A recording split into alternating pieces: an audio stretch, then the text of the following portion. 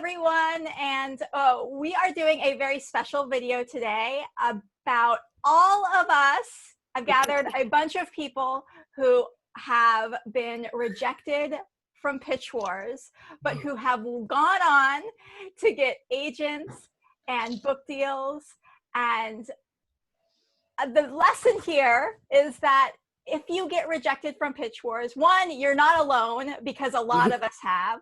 And two, it's not the end of your journey, because plenty of us have taken our rejected manuscripts and gone on to achieve our publishing goals. Okay, so on the channel today we have Deanna Pingicha, author of A Curse of Roses, which is out in December 2020, I'm sorry, from Entangled.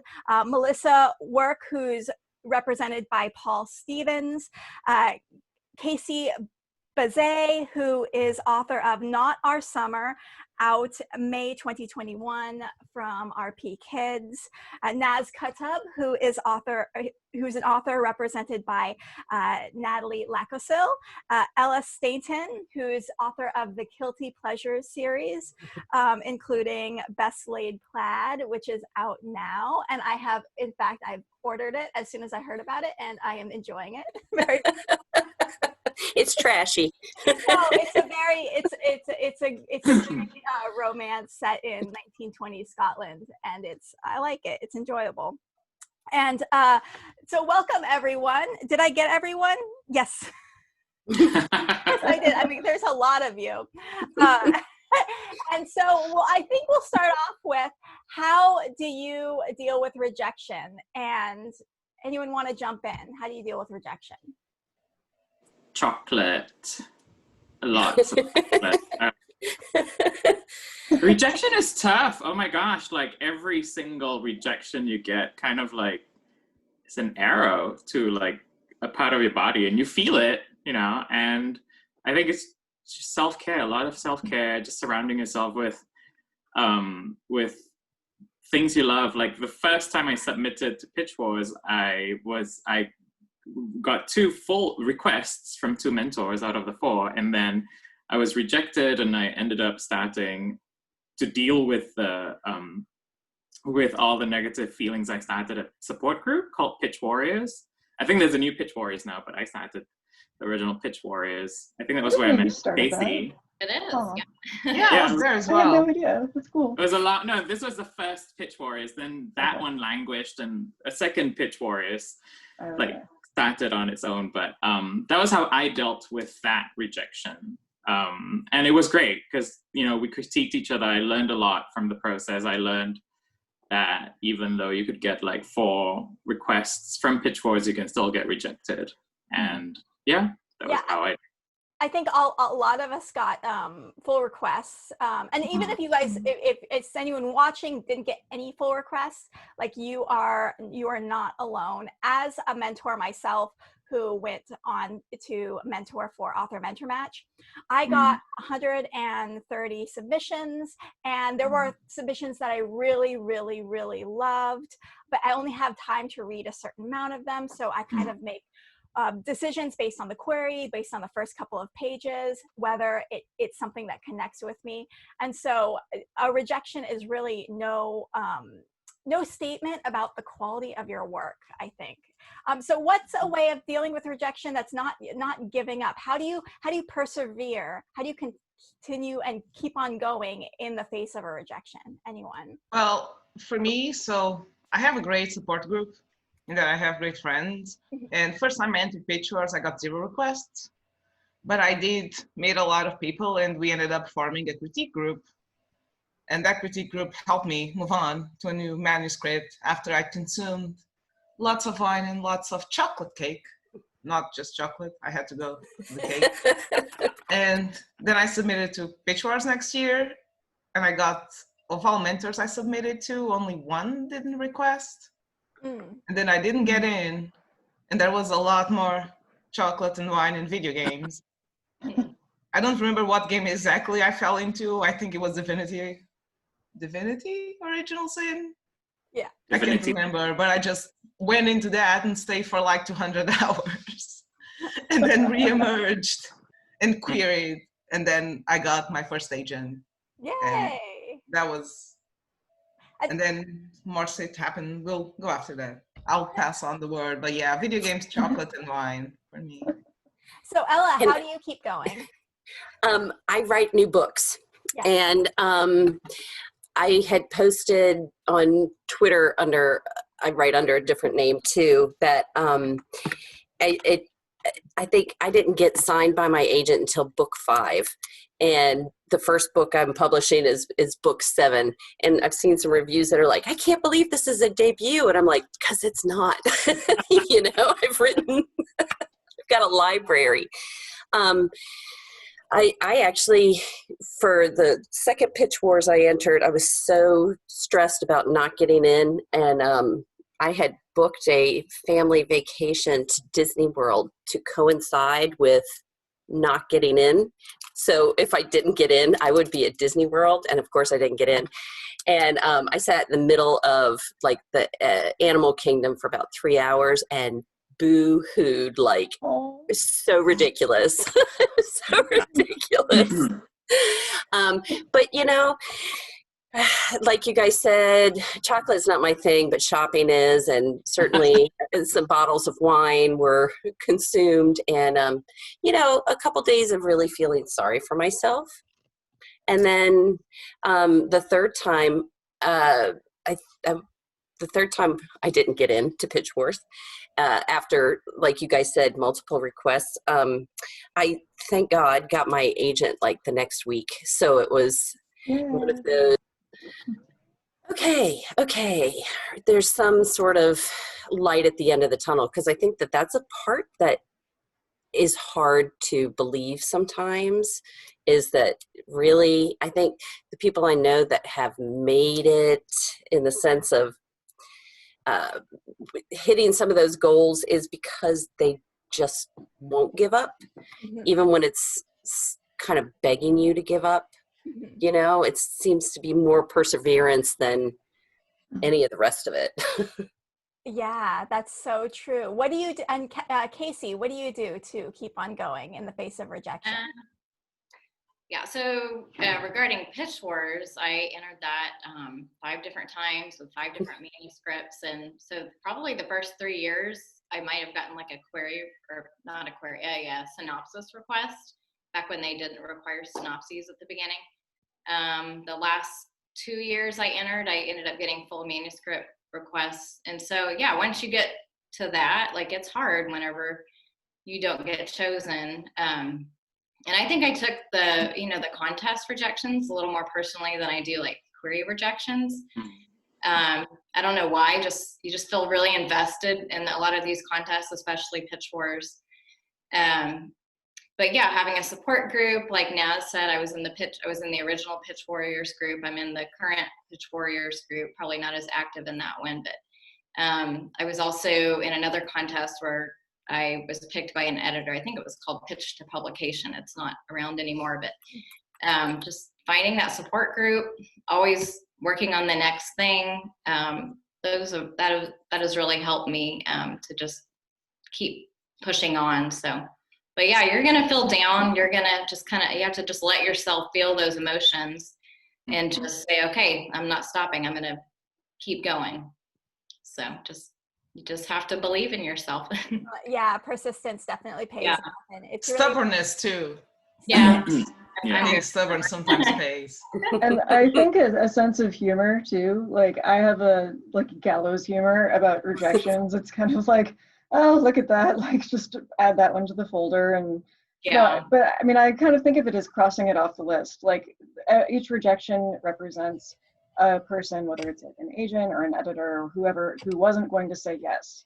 And so now you know that they aren't going to say yes, and you don't have to invest any more time or emotional energy into them. So you can just like move on and start and like focus instead on the people who might say yes, and just, you know, and if it helps, you know, you can have a sense of like, oh, screw it, these fools don't understand my brilliance kind of thing, you know, like whatever you have to do to get through it, like, it's fine. Don't do that publicly. Think that after you get your first like 10 or so rejections, you just sort of start accepting it. And when you get a new one, you just go, oh, That's kind of where I'm at nowadays. Another. What is it? Yeah, she wants to- So love that. I think the biggest issue is unlike a lot of like other things you like get rejections on, this is a book. It's something you invest a lot of time in, like months. It's not just something you produce overnight. It's months, right? And to get someone suddenly ghost you or just say like, this is not my thing, it's really painful to hear and experience. And it's okay to grieve. It's okay to like feel that pain, but like Ella said, keep writing, and Casey, like find support group. Like the good thing is there is a huge community that forms every time Pitch Wars comes around. And a lot of new writers find new friends, find critique partners. My writing improved so much after I started Pitch Wars, like just, to get my work like critiqued by others. Like eventually I found my agent, and like, I think just knowing that you can improve over time and get better, and, just perseverance. Exactly. Random thing that came into my mind, something that's helpful for me is to read 1-star reviews of books I love. Because it helps to kind of cement in your brain that like a book that like I think is absolutely perfect and wonderful in every way. Like, let's say Circe or Song of Achilles by Madeline Miller. I'm like, I think those books are perfect and just the pinnacle of writing. And I go on Goodreads and I see people trash it. And I'm like, you know what? You can't, you have to find the person who's going to resonate with your book. Like, not everyone is going to resonate with whatever it is that you have to say. Yeah. Activity. And it's kind of like the submission piles that mentors get. It's like when you walk into a bookstore and you start flipping through pages, like there's some books that you're like, ooh, that grabs you. But there's other books that for whatever reason, even if someone's recommending it, so they're saying like, this book is amazing. You pick it up and you read it and you're like, it's not, and there's nothing wrong with that book. It got published and everything, but like for whatever reason, it's not clicking with you. And that's what you need to have happen with either a mentor or an agent or an editor, is you need to have your work click with that person. Right. Yeah, the rejections aren't about you specifically, and they're not even necessarily about your work. I mean, there's so much in this industry that you have no control over at all. I mean, it's subjective. It can be about market, it can be about the person's mood that day. Like, you just have no idea, and you can either let that lack of control freak you out, or you can just be like, I can't do anything about it. I'm just going to focus on what I can control, which is my work. And if it helps, for sure they're not rejecting you personally, because they don't know you. They don't know you from. Right. And I was just going to say too, like that rejection happens on every single level, so it never stops. Yeah. So if it is something that is going to, like, it hurts bad, but if you can't move on after it, then oh my God. Hard time. Writing might not be for you. This might not be your thing. My God, so Ella touched on this. Like, there is rejection on every level. It's not just querying. You get an agent, they go and sub to editors for you. More rejections, and So here's a question for you guys. How do you determine if the feedback in a rejection is like, oh, I actually need to revise this aspect of my manuscript, or oh, that person just didn't get what I was trying to say? For me, it's my gut. Yeah. If I read a piece of feedback and my gut goes, yep, that is right, then I go back and revise it. If I get really angry, then I know they totally missed the point. I've gotten really angry at some feedback, like, nope, this book was just not for you, and my writing is not for you. But I've gotten a lot of feedback where I just, they are right. Mm-hmm. I think there are several ways to approach feedback, right? So one is I never thought of that. Thank you for pointing it out. And then there's the, you're totally wrong. I think I'm right. And then there's the, okay, I will consider that.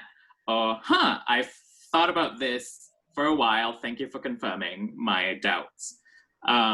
So I think when you're starting out, especially, a lot of new writers tend to be very resistant to feedback because this is their baby. This is something that no one should touch. Like, you should just say really good things about my baby that may be ugly, but please don't say that. But I think as you meet critique partners and you get your work read and you start to hear from different people about the same sort of problems, it may be time to sit down and consider whether these problems can actually be resonate with you and maybe find a solution for them. If 3 or 4 people say the same thing, then maybe it is something that you should consider like working on. But then again, if it's something like you don't ever want, like if somebody told you like this theme doesn't resonate with me, it's like, but that's the theme that made me want to write this book. Why should you change that? Why should you change your mind on that? So I think gut is huge. Like, follow your gut on that one. Like, if somebody's rude, they don't provide constructive criticism, then feel free to ignore all that feedback. I think you have to follow your instincts and, like what resonates with you. But I think it gets easier over time when you, like, the more you get critiqued. Like, most recently, I was considering adding a dual POV to my work in progress, and 2 of my critique partners said, you should consider adding a dual POV. I was like, oh, okay, I'll do it now. So, yeah. So my feedback is always to remove the second POV. So a final kind of like question, what's been like the best revision suggestion that you've gotten along the way, or revision tip or approach to revision that you might want to share? I really like reading stuff out loud. Yeah. But like not just going a step further than reading stuff out loud. Like, I try to read it out loud the way it's supposed to be in the book. So like if you have a character screaming, for example, I like would suggest you actually try screaming that line, because if it sounds weird to like in a yelling volume, then that means something's wrong with the sentence. And I mean, I would recommend doing that alone in your house when there's no one around, because people will think you're insane. Nice. But it's useful. It's really useful because your ear will pick up on like clunky phrasing and everything so much better than just reading it. Your eyes will just sort of blur after a while. So mine is to let it sit. If you know you need to revise something, but you can't figure out a way, and your critique partners also don't know a way, just let it sit for like 6 months or a month, 6 months, whatever, until it will click with you if it has to click, and work on something else in the meantime. But putting distance between yourself and the manuscript is a good way to know, like when you go back, it will be easier to know what needs to be fixed because you're no longer so in it. Yeah, I was going to add when the reading to yourself, I do that a lot. And also I've downloaded an app that will read it to me, and it's like listening, and it's a kind of a robotic voice. I think there's different ones. You could probably purchase one that's a little higher quality, but just listening to somebody else read it to you, you can catch, for those final revisions, catch little, missing words or mistakes like that. So that was another thing I was going to add to what Melissa said. So.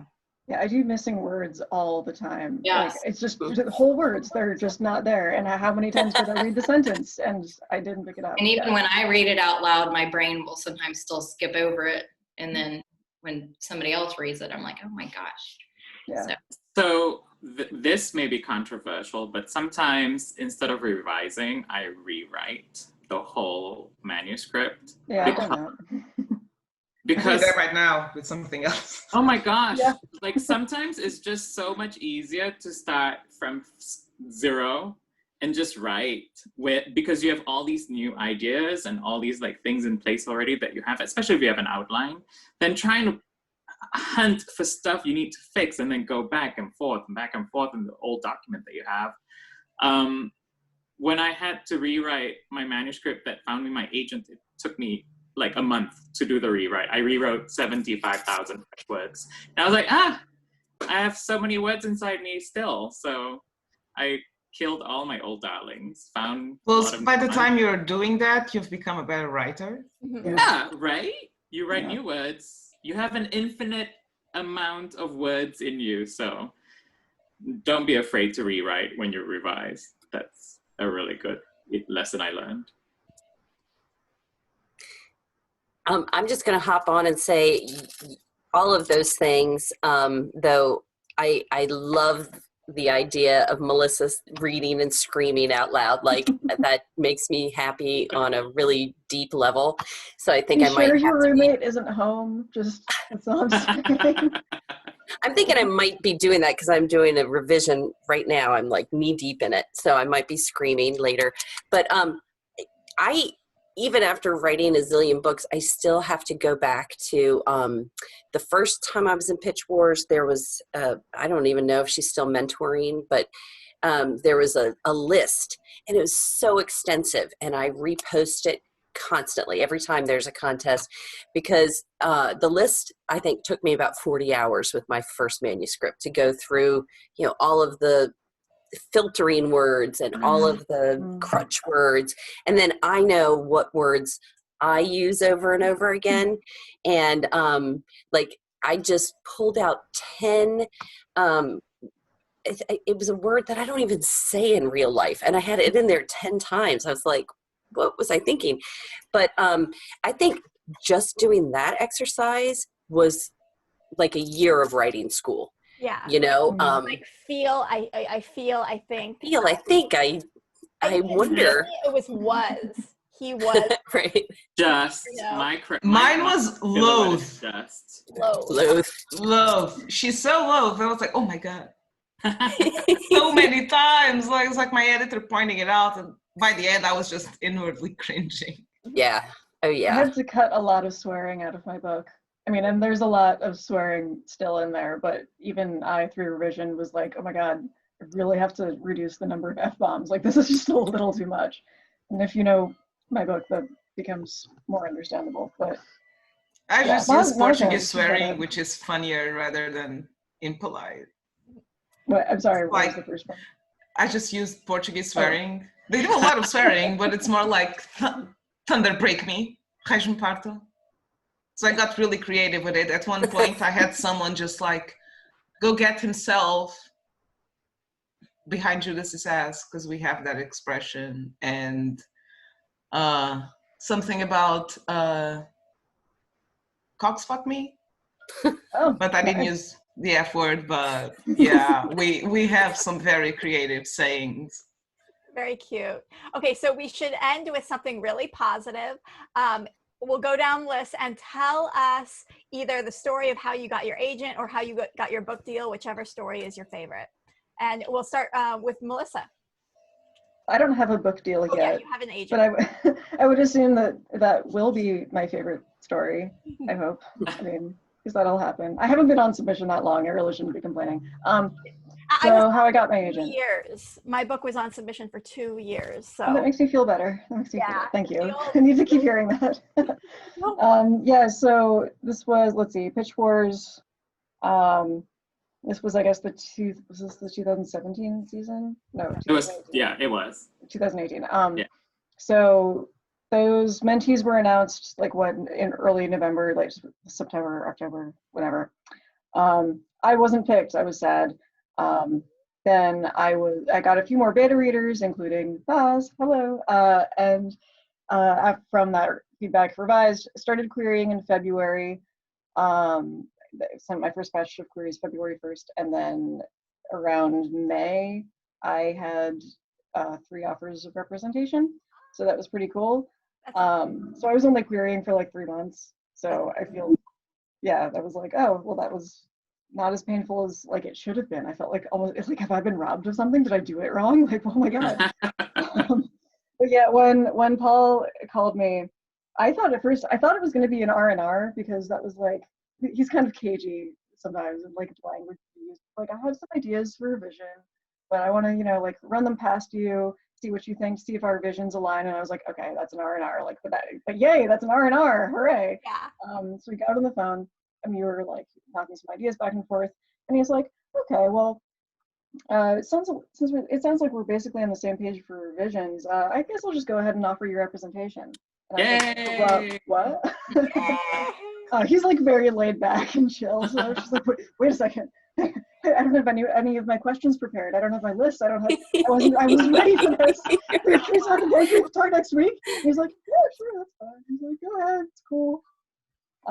So yeah, and then sent all my emails to the other agents who still had my query and partial requests and stuff, and then ended up with 3 offers from my top people, and I honestly would have been in great hands no matter what. Like I was really happy with each of the agents who had offered me rep, and I could have gone with any of them and been great. So I was in a really lucky position there, but I went with Paul because he seems like the best fit, and I've so far been very, very happy. Yay. So Naz, what's how you got your agent story?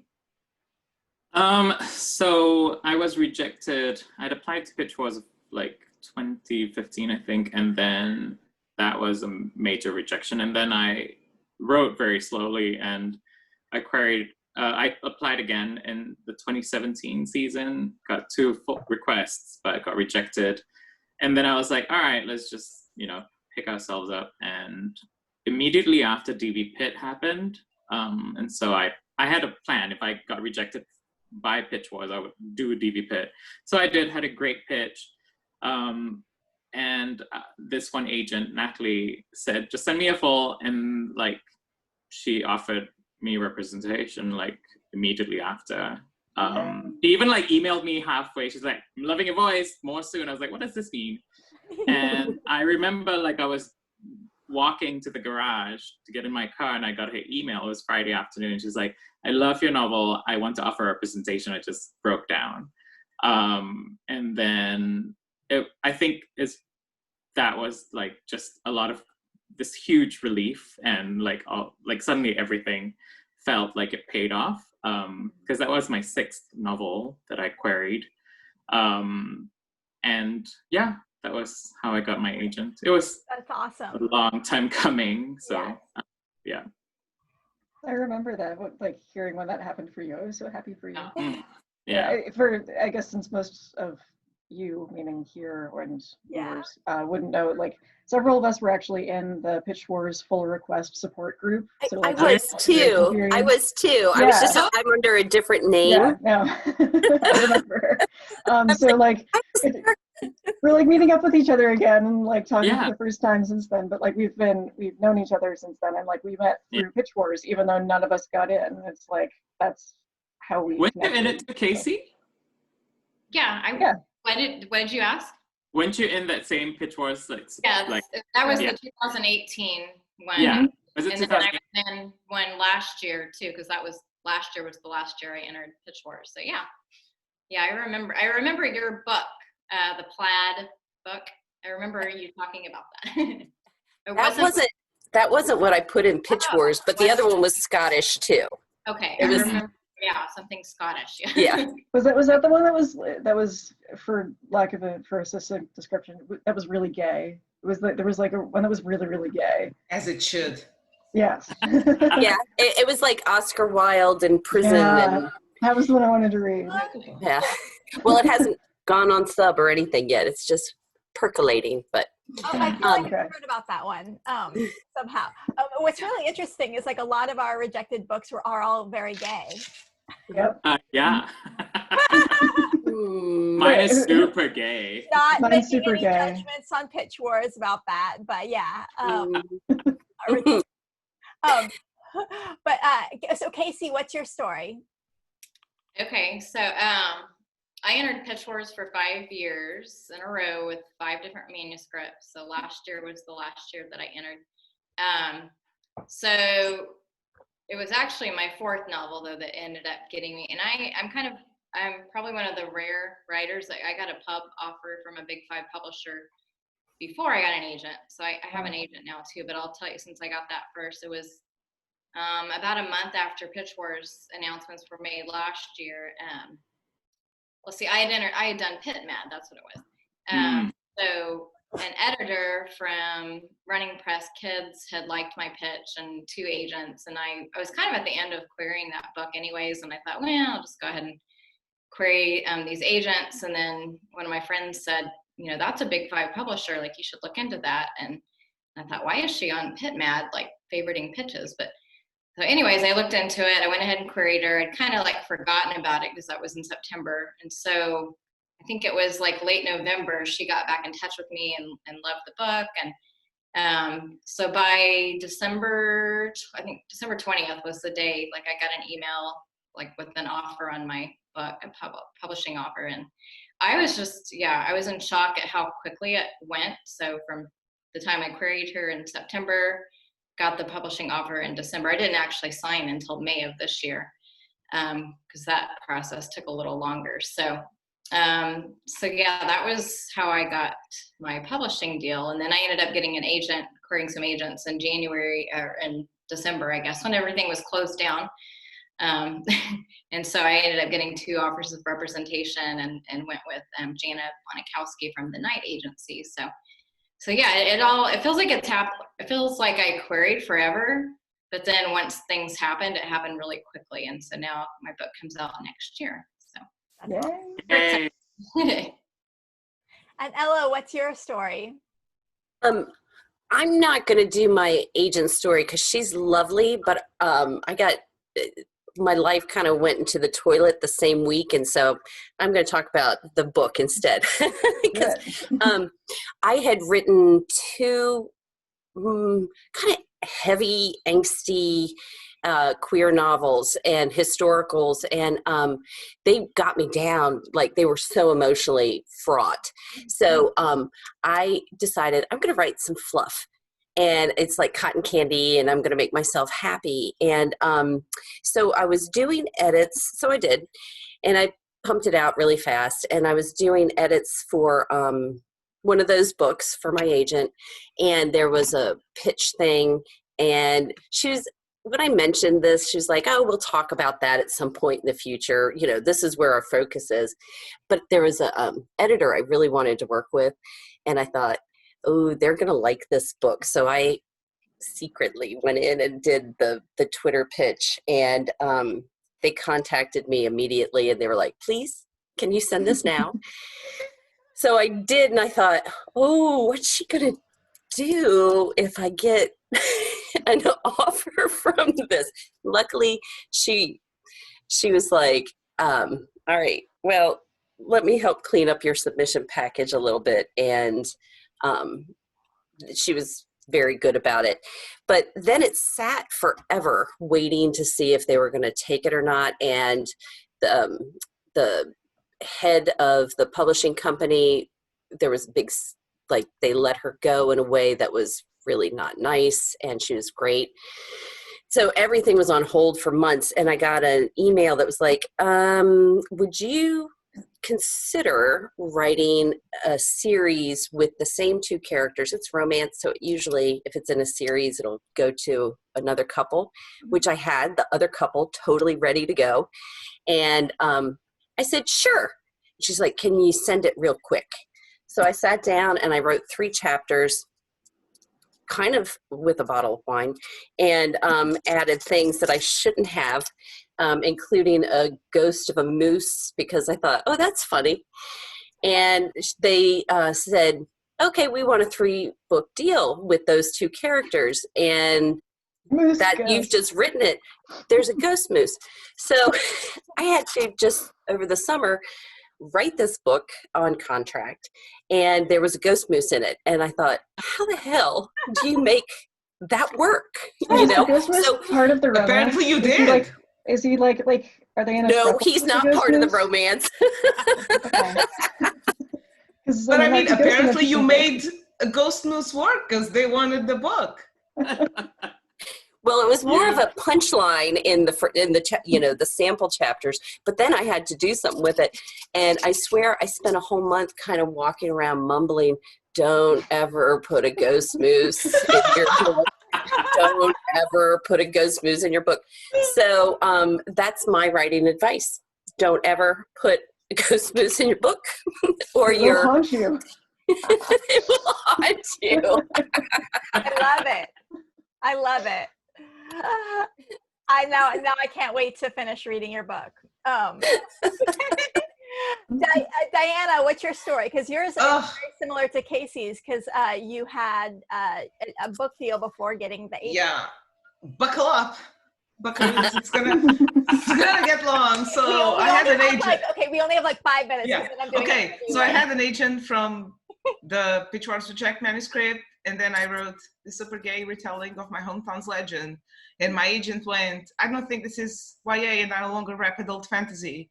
So we're gonna part ways." And I was like, "Sure, you can. You couldn't think of ways for this to be YA." And I didn't even fight to keep her because I could tell she wasn't into it. Wow. Yeah. So I tried to query agents. No one would take me. Like, everyone rejected me. I did PitMed. I got upwards of 50 requests. A lot of them were full requests. Everyone rejected me. And I was like, oh, I'm going to give up. Aww. And then one of my editors from Entangle reached out and said, try subbing to us. We'll see. It was like, what do I have to lose? I mean, Entangle is not a small press like many believe. It's a mid-sized press. And they have good distribution, so whatever. And then, like some weeks later, I had like an email from my editor asking if I could rewrite the first 2 chapters, which I did in like 2 days. And it went to acquisitions, and then I had an offer to publish it in hardback. And then I got the contract, and I was like, oh my God, what is this?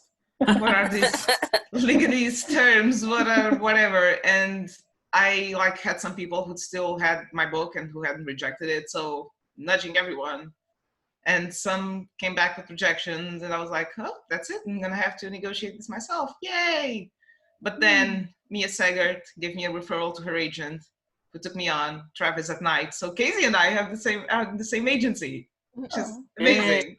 Oh, I didn't know that. Yeah. Oh, cool. And with Travis at Night, and he offered, and I was like, just handle this. Handle all this stuff for me, Travis, that I don't want to deal with. And the book comes out December, and we're getting really good early reception. So That's awesome. Yay. Yeah, I wanted to like shout out what good news you had, but I realized we're not allowed to say it. So I think we can say about, because the audio they said I could make public. I just haven't said it because I was waiting for the Publishers Marketplace announcement. Yeah. Yeah, we sold the audio, the Blackstone. Oh, that's good. Yeah, that's and that good. one I can say. The other ones I can't. But there's other really good news about her book.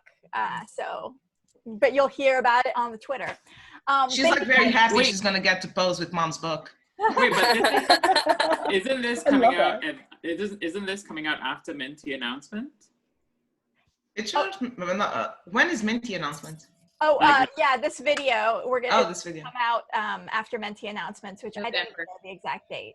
So is it February now, or is it the showcase in February? The showcase is in February. November. Yeah, November is usually when they announce. Yeah, but I'm just gonna not say anything. You can release the good news on your Twitter, and then but just stay tuned for lots of good news about Curse of Roses. Thank you guys so much. What about Carly? Your story. We haven't heard from you. I kind of already to tell my story on my channel, but I'll tell a different story. So when I went on sub, when my agent sent out my book on sub, I pulled a tarot card for every editor that my agent submitted to, and not agent, every editor my agent submitted to. Yeah, I can't talk today. So the tarot card I pulled that was the best and strongest was High Priestess, which got assigned to Daniel Ehrenhaft, who eventually did offer on the book Daniel Ehrenhaft at 2014. And so, yeah, my tarot cards were correct in that Daniel was the one who would offer on my book, and I'm thrilled to be published by Soho Teen, because I was a little bit worried, because for those of you who have queer historical books, I'm like publishers are like historical, and then it's already niche because it's queer. you know, so you get kind of like that.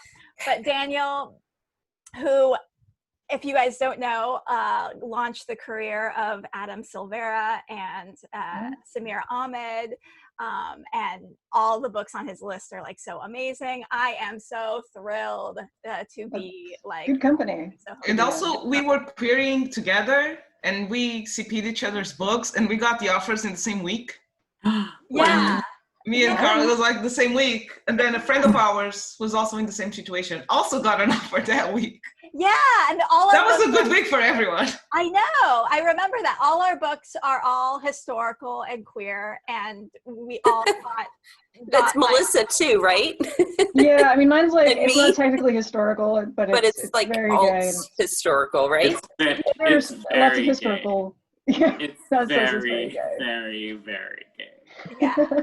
Yeah, should sort of historical. As it should. Like, influences.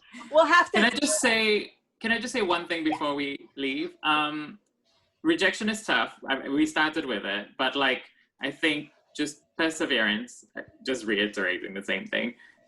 Just don't get stuck on the same book for years. Casey just said she wrote 5 books over 5 years. Just know you have an unlimited number of words in you and ideas, and if it doesn't work with one book, put it away, try a different book, write something else. Yeah, and if it really calls to you still, you can go back, just wait 6 months. You can always go back to your old ideas, but just don't keep writing. Stop writing.